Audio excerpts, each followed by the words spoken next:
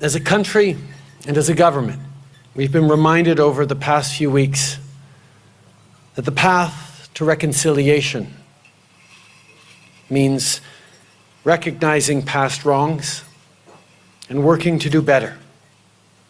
It is shameful that here in Cowessess and across the country, children died because of the policy of residential schools. Later today, I'll be visiting the site of unmarked graves to pay my respects and sitting down with many of you to hear your stories as survivors.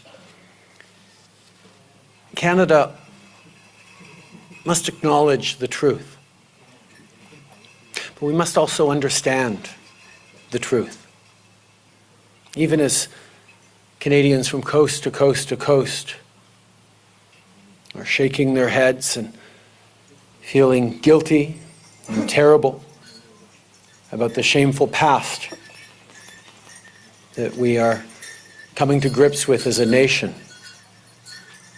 It is something that communities like here in Cowessess have known for years, decades, generations.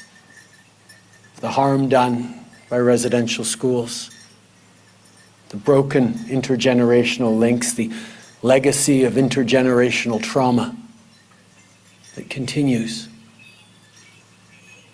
But even as non-Indigenous Canadians reflect on the history of residential schools, they must also reflect on the fact that at the same time residential schools were teaching Indigenous children that they had no worth, had no value, that their culture had no worth or value, that their languages didn't matter, that their traditions were irrelevant.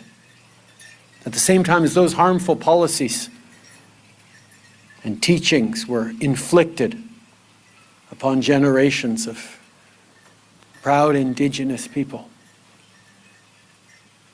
In non-residential schools across the country, ordinary schools, so-called, where non-Indigenous Canadians went to, those same messages of the lack of value in Indigenous knowledge, traditions, cultures, language were being spread, were being taught.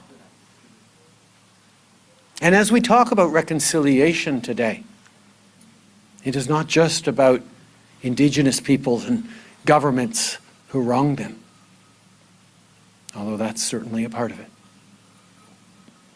It's also about non-Indigenous Canadians understanding that not only what generations of Canadians were taught was wrong, but it was harmful.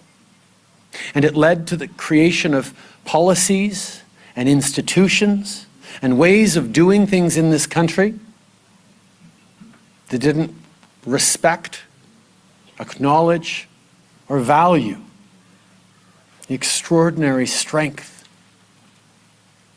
and worth and contributions of Indigenous people, of Indigenous communities, of Indigenous knowledge. So we have not to just fix the wrongs of residential schools and the impacts on your communities, but the work of reconciliation is work that must be joined by all Canadians. Because in all our institutions, in all our ways of doing things, the echoes of those wrong-headed teachings resonate in ways that we are only beginning to come to grips with. And when I see and get to participate in such wonderful moments of community, of celebration, of strength, of culture, of depth, of language, of love, of respect and harmony for nature. These are things that mustn't just be there for strong Indigenous communities. They must be there for all Canadians to draw on. The work of reconciliation won't transform Indigenous communities alone. and Indigenous people in Canada alone. The work of reconciliation must and will transform all of Canada and all Canadians. That's the work we have to do together.